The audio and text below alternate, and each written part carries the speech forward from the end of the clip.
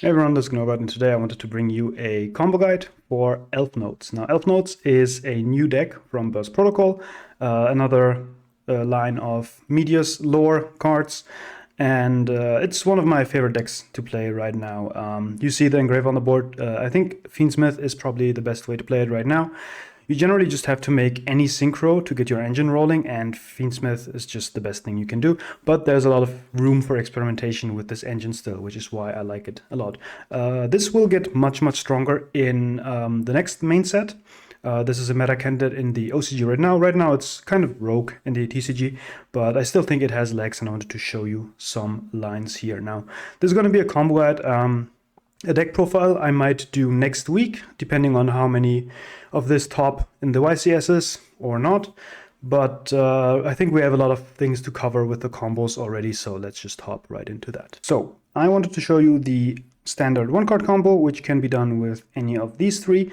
The lines are differing a bit. Like Theorealize doesn't take your normal summon, but it takes a card from your hand, but it's good into hand traps. Medius is your normal summon, but it's very efficient because you just plus.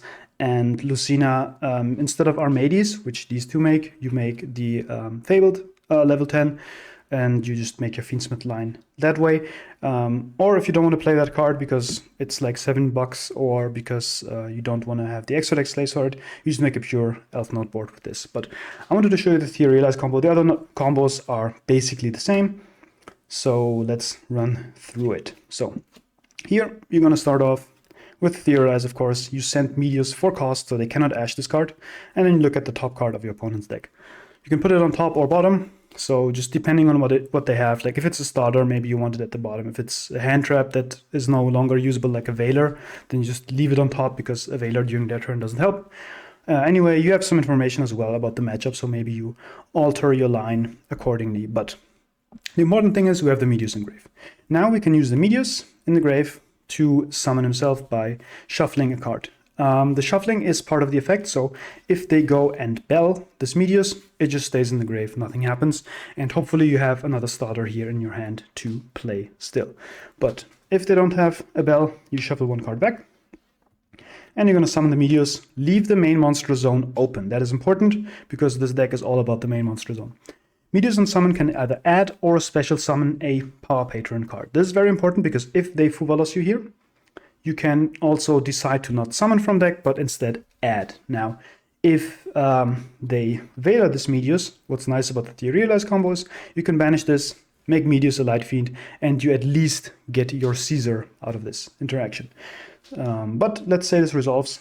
If they Fuva you, you're just going to add the Power Patron, normal summon it in the main monster zone, then you can use the effect. Power Patron has the effect that it can increase the main monster zone monster by level 3, and then you would just do a Psi Framelord Omega, which gives them one Fuva draw, and then you rip it right away, and it triggers the Power Patron Elfnote, which we are going to get to the effect in a second.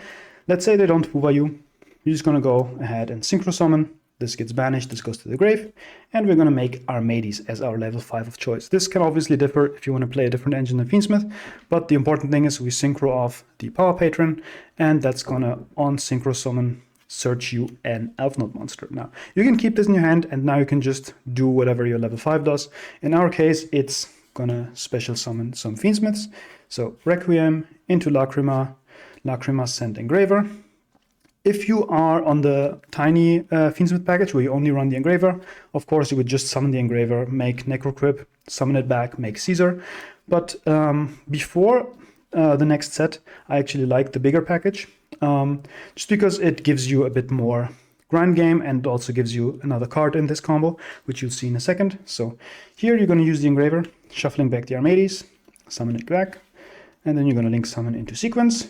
And Sequence is going to shuffle back these two to summon your Lacrima, which then is going to summon the Engraver back. And now you can overlay for a Caesar. You haven't committed anything, right? You have only committed a card from your hand and a shuffle back. You haven't committed your normal summon. You have an Elfnote starter in hand, and now you have a Caesar on board. So that's really nice. Now you can start summoning the Elfnote Tinia, and this has an ignition effect. Well, by the way, all the Elfnotes except the Power Patron can special themselves in the main monster zone if it's free. So that's what we're going to do. And Tinia here, as an ignition effect, can place a Elfnote spell from your deck here, and that is going to be Elfnote's Welcome Home. You can use that to send any monster from your hand or field to the graveyard and special summon from your deck an Elfnote monster with a different attribute. After that, you are synchro locked, so you want to do all the Fiendsmith stuff before, but here we're going to send the Tinia, which is important to free up the middle zone again, and we're going to special summon Lucina. Now, we don't summon this in the main zone because we don't have to, so instead we're going to use the effect to search an Elfnote monster, which is going to be our last one, Fortuna, and that one we can special in the middle again. Use the effect to place an Elfnote trap. Now, this is going to be Rhapsody of Madness, which has the effect to send a monster again to the graveyard from hand or field and summon back a Elfnote monster with a different attribute from your graveyard. So here you can do this and you send the sequence. That's the nice plus we got here. And we can summon back either one of these two. But what I like to do is summon the Paw Patron, because now what we can do is we can synchro summon here into our Synchro 7, Elfnote, Seraphim, Strelitzia. Now, this in the middle monster zone has 3000 attack, otherwise it's 0. And as a quick effect, it can summon back an Elfnote monster from the graveyard and then reduce the levels of all monsters on the field that are 4 or higher by 3. This affects your opponent as well, so if you're against an Xyz deck or anything, that's nice. But more importantly is you can use it here, and you can use it once in the opponent's turn. Also, Rhapsody of Madness, if it brings a monster back, and you have a synchro monster on the field, it also negates a card on the field during that summon. So it's basically your Omni Negate, that's why I like to go into this. So here you can go use the effect to bring back either of, like, any of these three, depending on the matchup. If you just want to go standard, you can summon this. Or what you can also do is you can summon the Elfnote Paw Patron and just make a Crystal Wing Synchro Dragon in the middle monster zone, because Elfnote's Welcome Home protects your middle monster from destruction. But what I like to do is instead keep this on the field, and I summon back Tinia, because Tinia is the effect you want to use as soon as possible.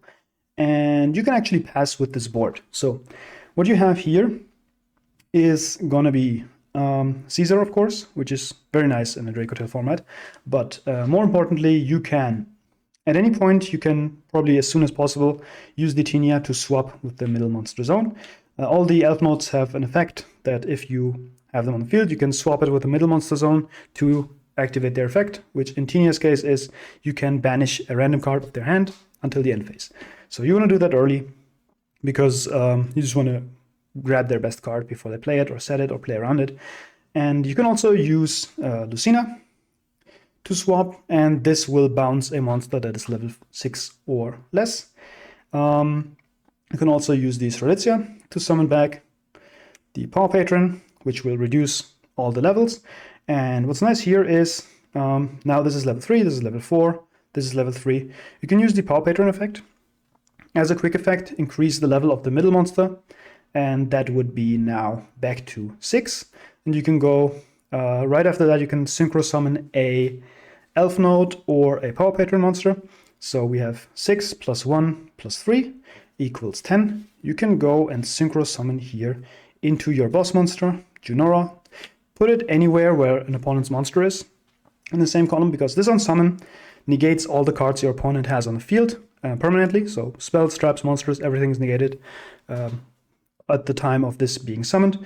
And you haven't used the Rhapsody of Madness, so at any point you can just ditch a card, revive the Fortuna, which you haven't used. This, when it swaps with the middle monster zone, bounces a face-up spell or trap. That could be nice against field spell decks, for example, where the field spell is once per turn, you just bounce it. But anyway, let's say your opponent has a monster here. You just place it there, and the Junora, Paw Patron of Tuning, has the quick effect that at any point you can activate the quick effect, and any monster in the same column as an Elfnote monster you control cannot be used for Xyz, Fusion, or Link Summon, I believe. So I think they only allow Synchro, because it's a Synchro deck. And then you also have the Rhapsody of Madness negate whenever you resummon something, which is nice if they have, for example, an out to the Caesar. Also, once you Synchro away the Paw Patron, it triggers again to search you a Elfnote monster, so you can just search any card for follow-up for the next turn. And yeah, that's the board. Very, very layered, a lot of effects. I hope I did not miss any of them, but you can see there's a lot of things going on, and this is a very fun deck because you play a lot during your opponent's turn. Now, this is the Meteos combo. Let's go to the next one.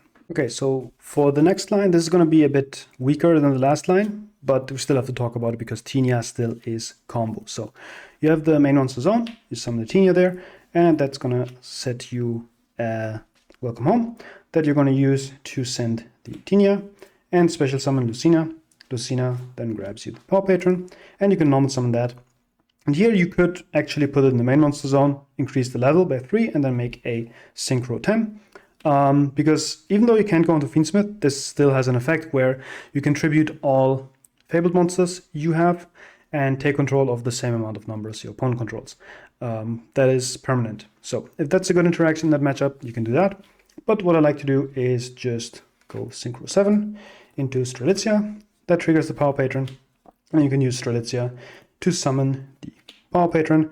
And if they nib you here, actually what's really annoying is if they're smart, they're going to put the token here. And generally, if they nib you and put the token here, you can make a Link Spider, and that's an Earth you can send for all your... it frees up your main monster zone, and then you can just send it for all your Elfnote cards. But we are synchro locked, so instead we hope to get to the Crystal Wing, and then the main monster zone, we're going to summon the Fortuna. That is going to get you the Rhapsody of Madness. You're going to ditch a card from your hand to bring back the Strelitzia, or if you want to rip a card from your opponent's hand as soon as possible, you're going to bring back the Tinia, and then your opponent's turn, you're going to summon back the Strelitzia to negate, and then this revives again, and you just have your full setup. But this is the Tinia one-card combo. It's still a good board. You basically just swap the Caesar for the Synchro Dragon, and you have one revive less, but it's still a very good board, so I would still run this at 3, but that is the Tinia line. Now, we saw how the Elfnote engine bridges into Fiendsmith, but Fiendsmith can actually bridge back. Now, this is a bit of a wacky line, but I figured I'm still going to cover it because it actually gets you to the full setup. So if you want to bridge both ways because you play a bigger Fiendsmith engine, this is how you do it. You have the Engraver, you're going to activate it for Tract. Tract, grab Lurie, discard Lurie, special Lurie. Again, just don't summon in the middle monster zone, just so your opponent doesn't know whether you have an extender or not. But Lurie into Requiem. Requiem gets you Lacrima. Lacrima sends the Engraver, which is going to shuffle the Lurie, summon itself, and then you can go Link Summon into Sequence. Sequence can shuffle back Requiem and Lacrima. That is important. Fiendsmith knowers know what this means, but you're going to shuffle these two back, and you're going to make Aerial Eater. Now, Aerial Eater is going to send your Power Patron, which is a Fiend. So from here, you're going to link these two off for a Cross Sheep. Now you can use the Aerial Eater effect to banish your two Fiendsmith Engravers, and you're going to summon back the Aerial Eater here. That'll trigger the Cross Sheep to revive your Power Patron. Now you can use the Power Patron and the Aerial Eater to make your Strelitzia, and that triggers the Power Patron to grab you your Tinia. Here you can use the Strelitzia before you go ahead and play on. Summon back the Power Patron. Again, here you are synchro locked from here on out, but you can here make your Crystal Wing before you play on into any hand traps. So now you're going to summon the Tinia in the middle monster zone, which is going to grab you Welcome Home, and then you're going to send the Tinia away for your Lucia, which grabs you Fortuna, special Fortuna effect to grab the Rhapsodia of Madness. And here you can use the Rhapsodia of Madness, get rid of your Cross Sheep, and bring back whatever it is you desire. Let's bring the Strelitzia back, and now you have full setup with a Crystal Wing, just with one Engraver, still have 4 cards in hand, and you still have one Engraver in the deck, hopefully. Now for the last line, this is going to be post side, so you probably already know where we're heading, but this is a bit of a more complex combo because you have to maneuver some locks and there are some conditions here, but this is basically the Invader of Darkness lock, and here we're starting with Theorealize. Starting with Theorealize makes this combo a bit better. I'll show you where and also show you what to do if you don't open like this. So you're gonna go Theorealize and you're gonna send Medius again for cost, look at the opponent's deck, and then you're gonna Medius, shuffle back a card from your hand, let's take the Veiler, and summon it.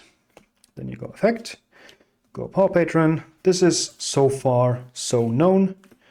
Synchro into Armades. Paw Patron can grab you a Elfnote monster. Now, if you started with Theorealize, you can grab Lucina. If you didn't, you want to grab Tinia. So we'll see why in a second. But let's grab the Lucina here, and let's just do Fiendsmith stuff from now. So Requiem into Lacrima. Lacrima sent the Engraver. Engraver can come back by shuffling back the Armades. And then you're gonna link these two into a copy of Sequence Effect, shuffle two back, and here is where the line differs, because we are making Aerial Eater. Now, Aerial Eater is going to send the Invader of Darkness or End of Anubis if you want from your deck. And here, depending on whether you have Theorealize or not in the grave, you can either special the Tinia and just do your, before you activate the Welcome Home and Synchro Lock yourself, you make a Muckraker here with these two and just play on. Now this obviously plays a lot into Nib, but generally Radiant Typhoon doesn't play Nib in the main at least, and like I haven't seen it in the side that much. So this plays into Nib, but it's basically a win against the common decks, the common Radiant Typhoon lists. Anyway, in the Theorealize line, we are gonna summon Lucina and use the effect to grab Tinia here. Now we can do something cool, and that is use the Theorealize, banish it, and turn our Lucina into a fiend of any attribute that you want. Doesn't really matter, because Lucina is level 6, so we can now make a Caesar here, which is nice. And then we're gonna summon the Tinia, and then it's gonna grab you Welcome Home. Before you use Welcome Home, you are gonna use these two to make a Muckraker. This line works in this way if you have any monster in your hand that is not light. If all your hand is light monsters or spells or whatever, then you can't go into Tinia. You have to go into like the Fortuna immediately, which is worse. But here we can actually go Welcome Home, send an Earth from our hand, special summon the Fortuna, which can then set up the Rhapsodia of Madness. Now here you can go activate Muckraker, targeting your Floodgate of choice, and this doesn't discard for cost, it discards for effect. So you're going to chain to that the Rhapsody of Madness by sending it, and before you Fiend Lock yourself, you're going to bring back your Tinia, not in the main monster zone, because we want to summon the Invader of Darkness in the main monster zone. Now this is the setup if everything went according to how I said it, but of course, you can like this line has some variants where if you have more engine or if you have different starters, etc., etc. For example, if you normal summon Medius, you can later bring him back as an extender to make Muckraker, and so on and so forth. But what you have here is a Caesar, you have the Invader of Darkness, you have the Rhapsody, which can revive your Elfnote Paw Patron just to negate any out they could have for the Invader. And more importantly, we have the Invader in the middle monster zone, because the Welcome Home says the middle monster zone monster cannot be destroyed by card effects. So very, very specific board, but also very, very tough to break against Radiant Typhoon. That is it for the video for now. I hope you like the combos. There's a lot of little combo variation depending on what starters you have, what extenders you have, but I hope you got the general idea of what you want to do with this deck. If there are any questions regarding these lines, you can join the Discord. The link is in the description, and just ask me personally. I'm there generally, and I like to ask questions, and we have a little community going on right there, so that's nice. But with that being said, thanks for watching, and I'll see you next time.